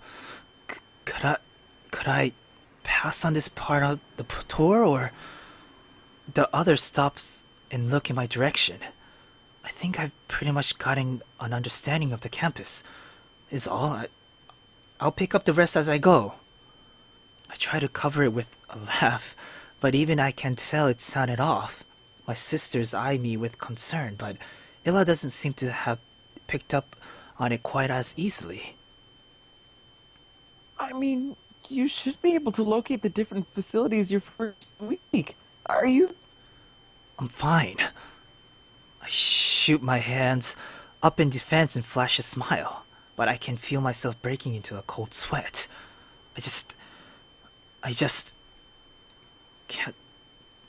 can't do this. Sorry, I just need to sit down. I just need to leave. I want to say it so badly. Just spit it out and head back to my sister's apartment. Head back to the bedroom and sleep away any inclination of what's happening. Sleep and go back to the way things were. My heart's rate continues to accelerate. Exacerbated by the multiple pairs of eyes trained on me. It's hard to keep myself standing at this point. My leg joining the rebellion currently in progress, and I sit on the curb before it gives out entirely. Ella quickly finds her way next to me, alongside Hilda and Beatrice, who are on me in flash.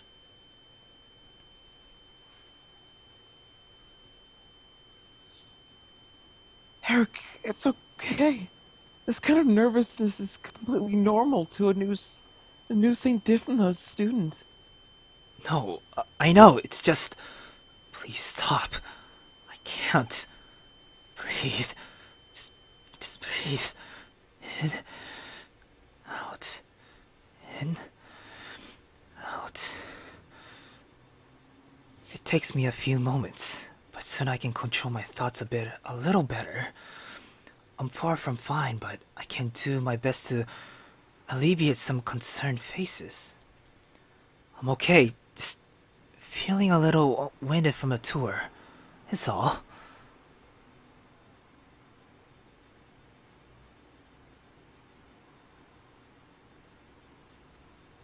Well, rest is...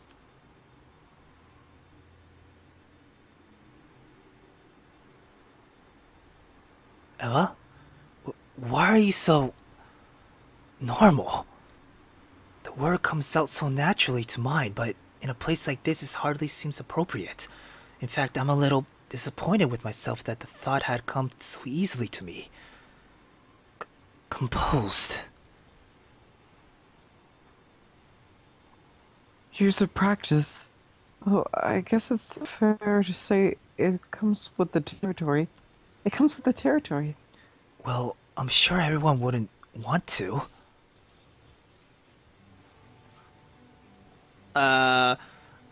Sure. Ella! Oh, shit! Do you want... Okay. An aged voice calls out to our tour guide, who immediately turns over to the man in recognition. Now a bit closer he looks. Refined? Standing tall, the man is not only dressed well, but carries himself in the air of intelligence and ability unlike anyone I've seen outside my brother. Ah, Dr. Faber.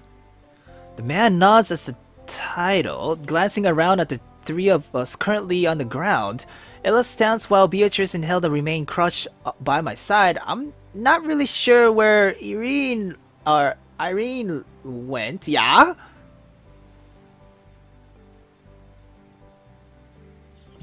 Am I interrupting your tour? I didn't know Bosworth still had you working on these. No, not at all. We were just... She shifted her head and makes a knowing glance towards me, one that stings a bit more than I was expecting it to. We just finished, actually. I was just leading him back to the administration building. Without missing a beat, his eyes single me out immediately, a look that seems to read into me deeply.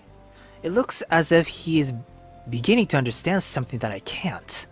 I do my best not to stare too intently back, though in this situation I'm not really sure how to present myself.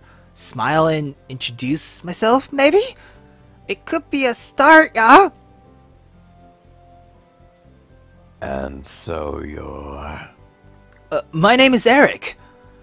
The interruption comes naturally while my smile doesn't, giving off an attitude far more rude than I was intending. Still, I received a short nod from the doctor, not responding with any ill intent towards my outburst. He reaches his hands out, and despite how slow it takes me to get up and meet it, he patiently keeps it extended until it meets mine.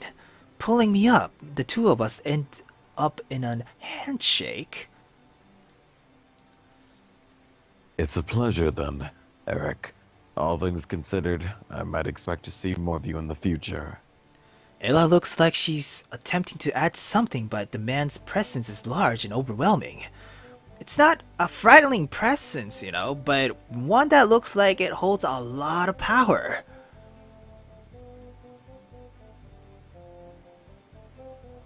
So what do you make of St. Diffma so far? See it as a home? I answered truthfully. I don't know. He gives another short nod, as if that was the answer he was expecting all along. Giving one final look at everyone, he then rests his eyes on Ella. It's good to see that you and Irene are well. You can be the okay. Oh, come on! Come on! Oh, my bad. Oh, that was Irene. Okay, Irene's voice bursts from a nearby that was bush. Irene. Yeah. Though, Ella gives an unfazed smile and returns the farewell. Well, I can keep myself. I have quite a bit of paperwork waiting for me back at the office after all. Good luck with learning your direction, Eric. The last look he gives me is one that I can't seem to decipher. His face is intense, but his eyes are warm and inviting. I shouldn't feel nervous around this man, but I also feel as if he's some kind of a person I wouldn't want on my bad side. Just what kind of doctor is he? Thanks. Giving one last nod, Dr. Faber turns and walks opposite of the administrating building, towards what I can assume are the medical facilities on campus. I dislike him. In moments, did you say Irene or Irene, right? Irene. Alright, Irene is next to us once again, though still has her eyes solely fixed on the back of Faber's head. When did you... And you can teach me? Can you teach me? Irene beams with pride, but Ella cuts her off before she can reveal her secrets. Well, we've covered everything then. Any other conclusions? And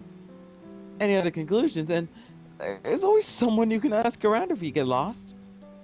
Ella gives a knowing smile towards me, though at this point it doesn't feel so bad to accept it. From your ability as a tour guide, I think he's in pretty good shape, right, Eric? I nod towards my sister, proceeding to turn back towards Ella for a very well-deserved thank you. Don't mention it. I was happy to help you out. So, I guess we head back now, right?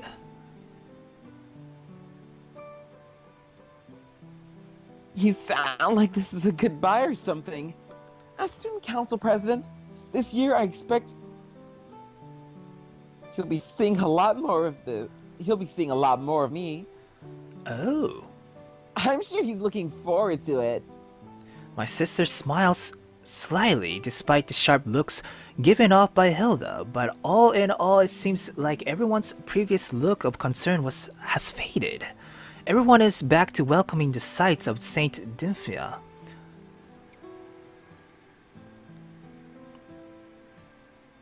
So, you're going to join us on the way back, Irene?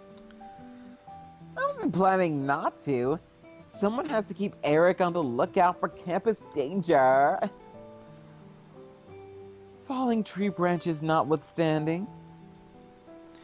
It probably wasn't the most textbook tour I've been on, but shockingly, it could have gone worse.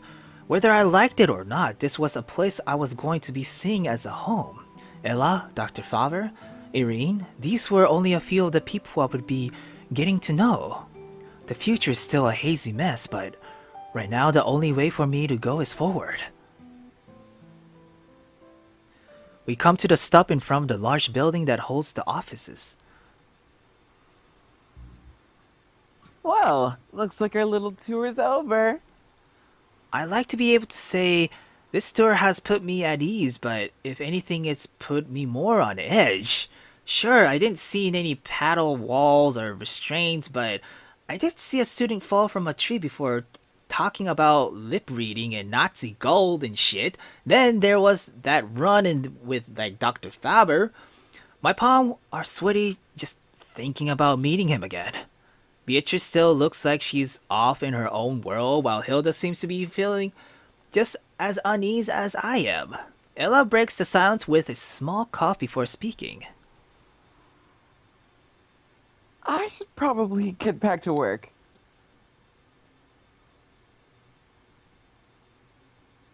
It was nice meeting you, Eric.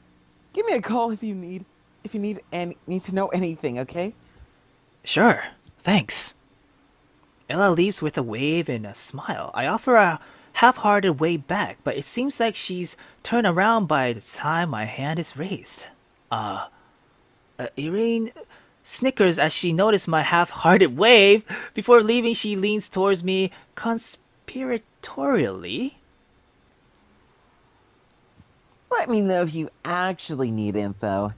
She talks a big game, but she doesn't know the land like I do. Okay, girl, okay. Right. Thanks. Irene winks and spins on her heels just like Ella did before strutting off towards the forest. Beatrice releases a small sigh as her new best friend walks away before turning her eyes to me.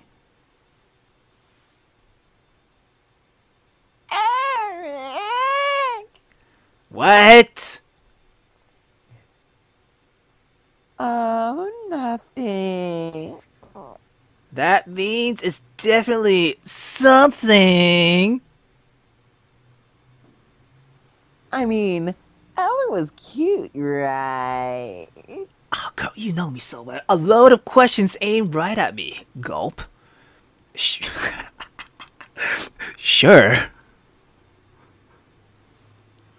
And what about Irie? Oh.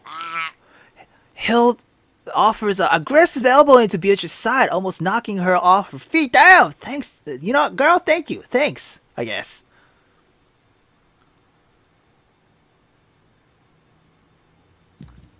You think you'll get lost much? No doubt. I'm pretty sure they gave me a map in my welcome pack, though. Good. It looks like a very nice campus. Definitely nicer than mine. And the teachers are nicer too. She punctuates her sentence with a drawn-out sigh. I don't think there's a teacher on this planet that Beatrice could get along with.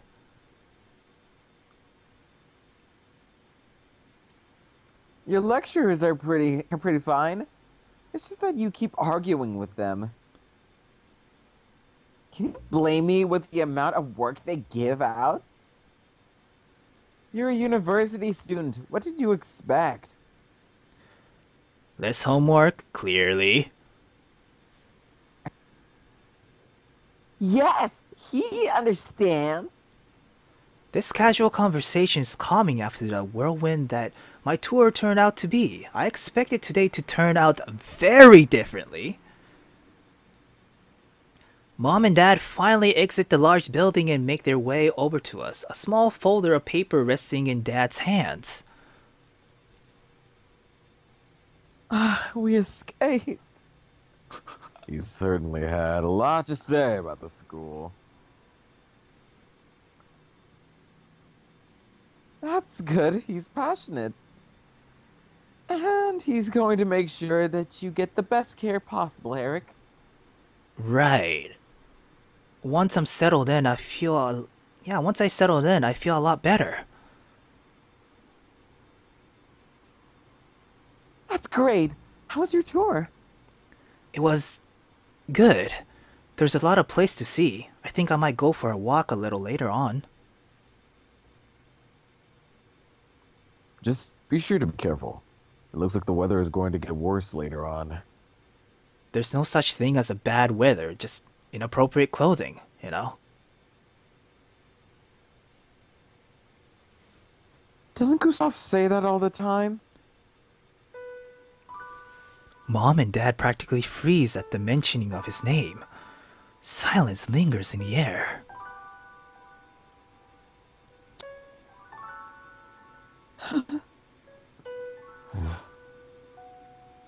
Oh, I'm sure it'll be a nice walk, Eric. This time, Hilda freezes, a sour look on her face. Mom, if we keep ignoring it, then you're just wasting his time here. That calming feeling is torn from my body almost as quickly as it arrived. The last thing I wanted was for my family to fight about this. Oh, don't worry about that now, Eric. It's going to be fantastic here, right? Dad nods along with his usual deadpan expression. My family hasn't mentioned Gustav's name directly for a long time, probably for my sake. I try to find the words that I really want to say, but they don't come. Mom quickly checks her watch and launches into her goodbye as thoroughly as possible. She pulls me into a hug and almost breaks my ribs as she squeezes. Dad follows shortly after, though with a much more relaxed handshake. Well, we better be off. Make sure you relax a little, okay? You've got nothing to worry about here. We're just a phone call away if you need anything, alright? Okay. Aside from the fact that I'm in a school for the mental impaired, who knows who could be waiting around the next corner? There's a train that you can take that'll get you home in a few hours. You should come around for the holidays at least, son. I can't help but grin at him because because you did a mother voice of the father, bro. I was like, okay, No! it's Don't cool. say that. There's a train copy. It can take you in a few hours. Try to visit at least once in the holidays, son. I can't help but grin at him. Thanks. Yeah, I can't help but grin at him. Wouldn't want to miss Mom's Christmas ham, after all. Dad smiles and nods in agreement. Yeah, because Dad doesn't want to miss Mom's Christmas ham either. Oh! Oh! Oh! The mother this time. Alright, come on, girls. Let's go and get some dinner before the restaurant closes. Her usual peppiness returns as the Gustav issue is sidestepped completely. Oh, where do you want to go? In a matter of seconds, Beatrice forgets what we were talking about. Hilda looks sour for a second, but folds to Mom's authority with a sigh. Well then, take care, Eric. We love you lots. I'll text you. Both sisters move in for a hug, and then are quickly herded towards the car while Mom fusses over them. And now, I'm alone. And, bro, hold on one second. Do you think it's gonna take a lot more longer? Let's push a little further. Alright, let's push a little further, okay. For a few moments, I simply stand there in a silence, watching my parents and siblings make their way to the car park where our family sedan is waiting. I see Hilda throwing one more furtive look in my direction, probably trying to make sure I haven't been abducted by aliens when they weren't looking, and I wave to her in reassurance. She smiles a little and nods, as if in a gesture of encouragement. They finally board the car, and soon enough it's purring to life, pulling out of the lot and at last through the great metal gates of Private Gymnasium St. Dymphna. As I watch it disappear into the streets, a sinking feeling churns in my chest, like a pack of rats. There's this cruel childish part of me tauntingly coaxing me to charge after them, in a last-ditch effort to turn back, to escape, to perhaps deny everything that's happened so far. A wiser part of me, however, begrudgingly acknowledges the simple fact that there's nothing to return to beyond the gates anymore. I've been pushed off the cliff. I fly or fall now. Ah, this sucks. I throw my head back and look at the sky, staring at thick swath of cloud lazily, clumsily crawling together in a pool overhead, blotting out the sky with a formless vial of gray. Coupled with the sharp silhouette of the building around me, looming over me like hungry, eldritch monsters, it makes for a sinister, almost horror movie-like effect. It's not really the kind of atmosphere I needed to brighten my mood right now. I put my hands in my pockets and decide to retire to the dormitory building in the meantime. I know I told my parents I was going to take a short stroll to better familiarize myself with the campus's structure, but honestly, I cannot tend to that at a later date. This school is so big. I nearly forgotten most of the directions Ella gave us during the tour. The last thing I want is to look like an idiot getting lost so early in my stay. After all, I'm lost enough as is within the gnarly jungle of apprehensions and worries inside my head. I just want some rest, some time by myself to lie down and let all these things sink in properly, some time to process what's happened and is happening, and how and where to go from there. I'm glad to remember just enough to reach the boys' dorm without much trouble. Finally reaching it, I tarry a bit on the steps to take in the sight of the titanic building before me. This thing's been here for at least a century by the looks of it, standing proud and stately, wearing an air of stern, aloof majesty certainly accumulated over its evidently long steroid existence. It doesn't look like something people actually live in, really. It's probably be at home in a fantasy movie or a history documentary. Even the very doors look imposing and intimidating. All that said, however, I guess I better get used to it sometime soon. For this year, at the very least, it's going to be my home. My hands aligns on the door handle, with a big gulp to calm the last pang of hesitancy in my mind. I give it a decisive twist and step inside. I somehow expected the place to be a lot noisier. Before I entered, I briefly entertained a mental image of a shrieking group of kids wreaking ungodly havoc on each other on a room while a flock of orderlies tried to defuse the situation. In vain. In reality, all that welcomes me inside is deafening, awkward silence. A small flock of boys are sitting on the floor in the couch. Some of them merely give me a curious glance that lasted for all the second before they returned to however they were doing prior. 1 second. Gotcha.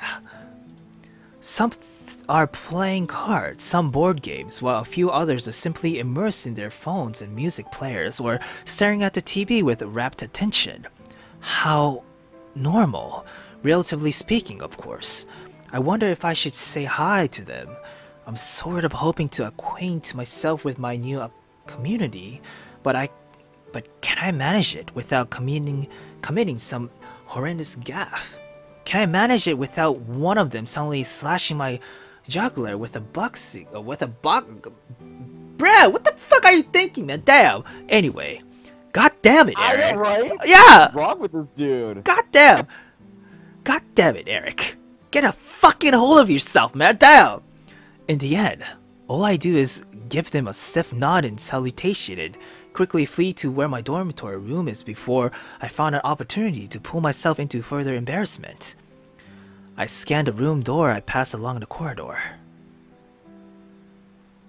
If nothing else, the place is really well kept. Its walls supernaturally pristine, each polished, varnished door looking like juxtaposed copy pastes and of each other, excuse me.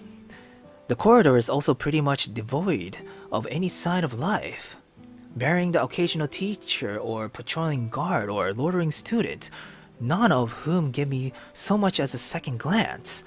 The only person here who seems to have paid any attention to my arrival is the guy in the room 90 who followed me with his eyes from his slightly open door. But less said about that, the better. Room 97, 98, 99, 100. Ah, there we go. Room 101. Stepping inside, the door swings shut behind me. I feel like I should have some sort of responsibility at this point, but looking around the room, I can't think of anything I need to do. Everything has already been put away, even the clothes from my suitcase. I slump down onto my neatly made bed and sweep the room with a glance. My room, for all intents and purposes, my home, at least for the time being. It feels weird, almost like meeting a new person in a sense. My gaze lands on some papers on the bedside table. For lack of anything better to do, I pick some up and riffle through them. They aren't anything very interesting. A leaflet that I'd already seen, and it was mailed to us along with everything else a while ago. Under that, a quaint newsletter that looks as though it put together by the students. Nothing too surprising here either, though there are a few pages dedicated to advertising the school's apparently numerous clubs that catches my attention. Cooking, knitting, music, track, gaming, potholing, bomb construction. Bomb construction? Anyway, okay, there actually weren't anything like those last two. Still, it sounds like there's plenty of interesting stuff to do. Maybe I'll check some of them out at some point. Might as well make the most of my time here, though I doubt I'll be running on the track team anytime soon. A schedule of upcoming events is next, followed by a map of the grounds. Finally, to my surprise, a personal timetable with all my classes. I'd expected that I would have had to pick that up in homeroom tomorrow or something. They must really look after you here. All it does is remind me of what kind of place I've just landed myself in.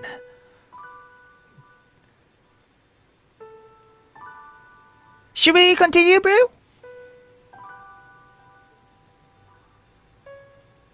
Bro?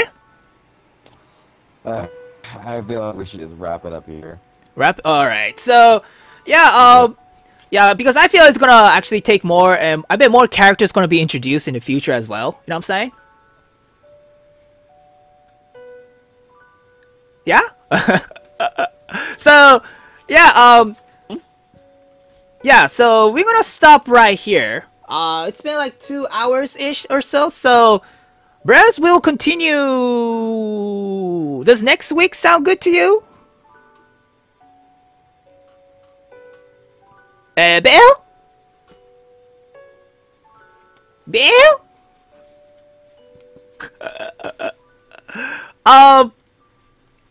Hello? Hey, Belle, you there? Okay, so I think Belle's not available right now. We're gonna stop right here. Here's the thing.